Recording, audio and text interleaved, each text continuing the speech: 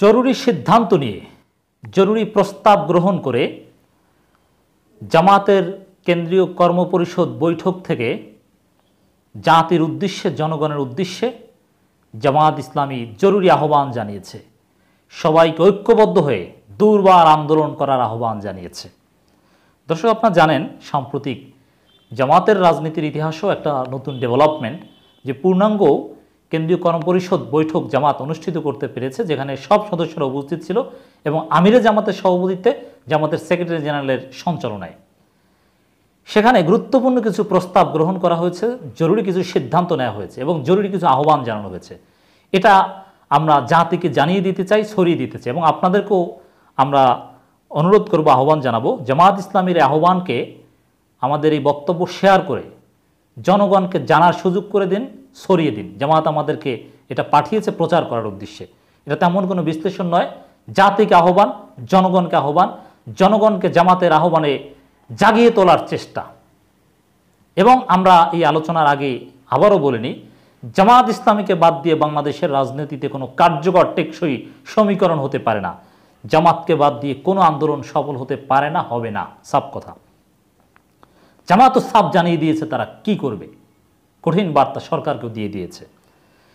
কেন্দ্রীয় কর্মপরিষদ বৈঠক অনুষ্ঠিত, জাতিকে বর্তমান সংকট থেকে উদ্ধার করার জন্য সকলকে ঐক্যবদ্ধ আন্দোলন গড়ে তোলার আহ্বান। বাংলাদেশ জামাত ইসলামীর কেন্দ্রীয় কর্মপরিষদের এক বৈঠক সংগঠনের আমির ডাক্তার শফিকুর রহমানের সভাপতিত্বে অনুষ্ঠিত হয়। বৈঠকে দেশে বিদ্যমান পরিস্থিতি নিয়ে বিস্তারিত আলোচনা করা হয় এবং আলোচনা করে নিম্নোক্ত প্রস্তাব গৃহীত হয়। বাংলাদেশ জামাত ইসলামের কেন্দ্রীয় কর্মপরিষদ গভীর উদ্বেগের সাথে লক্ষ্য করছে যে দেশে গণতন্ত্র, আইনের শাসন, মানবাধিকার, জনগণের ভোটাধিকার বলতে কিছু অবশিষ্ট নেই।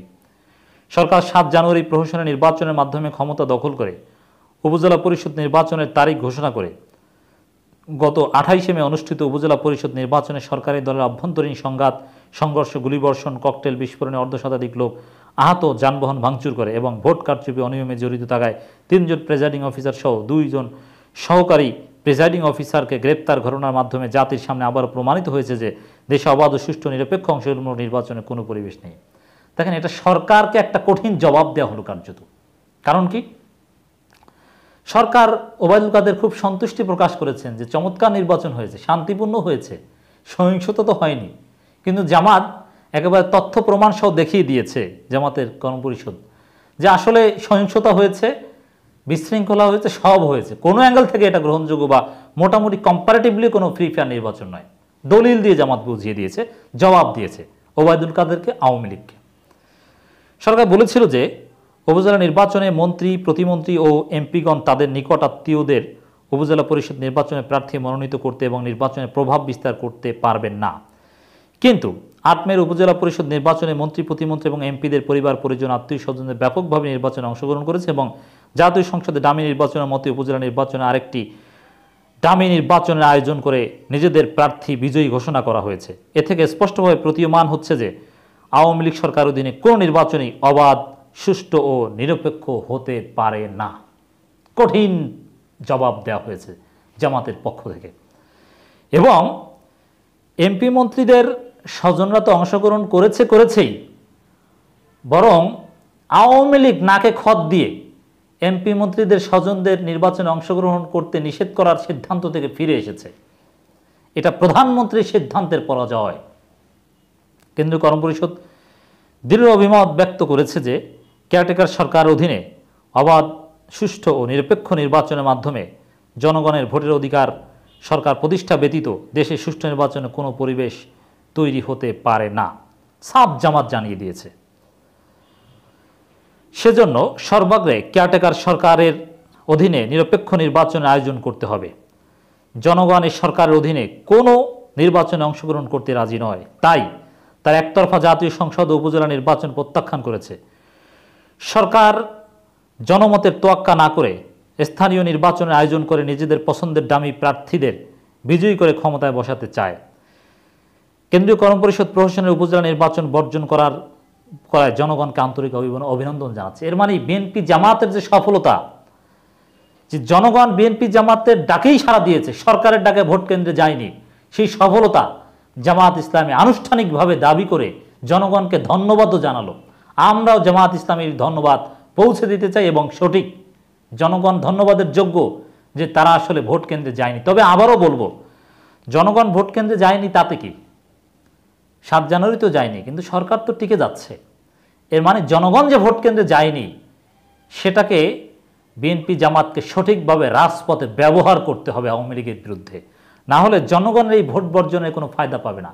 বরং জনগণ কেউ যদি ভোট কেন্দ্রে না যায়, তারপরে যদি আওয়ামী লীগ টিকে যায়, তাহলে জনগণের ভোট কেন্দ্রে না যাওয়ার তো কোনো গুরুত্ব থাকলো না, কোনো সুফল তো মিলল না।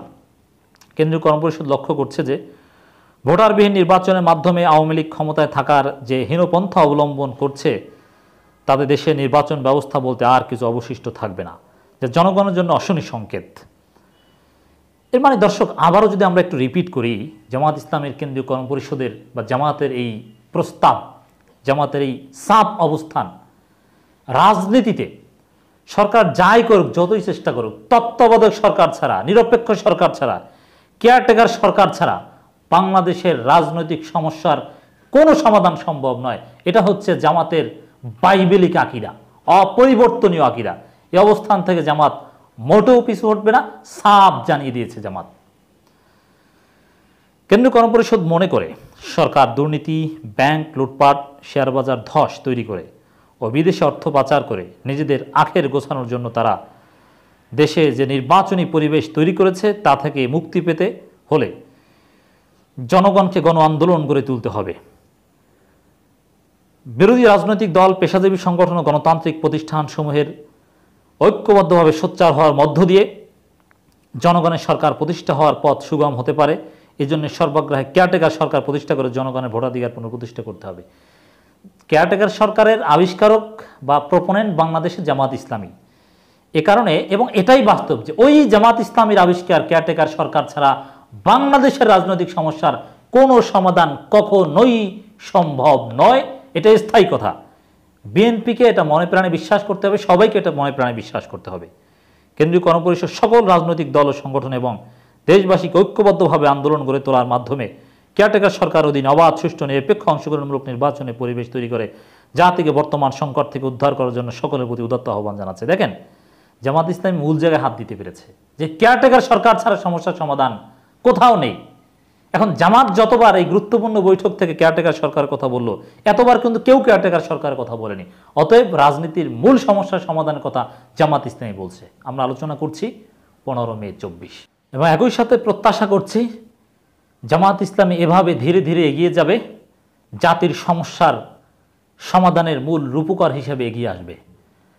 1991 সালে জামাত ইসলামীর আবিষ্কারী জাতি স্বৈরা শাসন থেকে মুক্তি পেয়েছিল, একটা গ্রহণযোগ্য পলিটিক্যাল সেটেলমেন্ট হয়েছিল তত্ত্বাবধায়ক সরকারের মাধ্যমে, অধ্যাপক গোলাম আজমের থিওরির মাধ্যমে।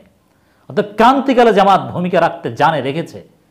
আবারও এবার যে বাংলাদেশের সমস্যার সমাধান হবে, এই 15 বছর বা 17 বছর যে সমস্যা চলছে, এর সমাধানও জামাত গুরুত্বপূর্ণ ভূমিকা পালন করবে ইনশাআল্লাহ।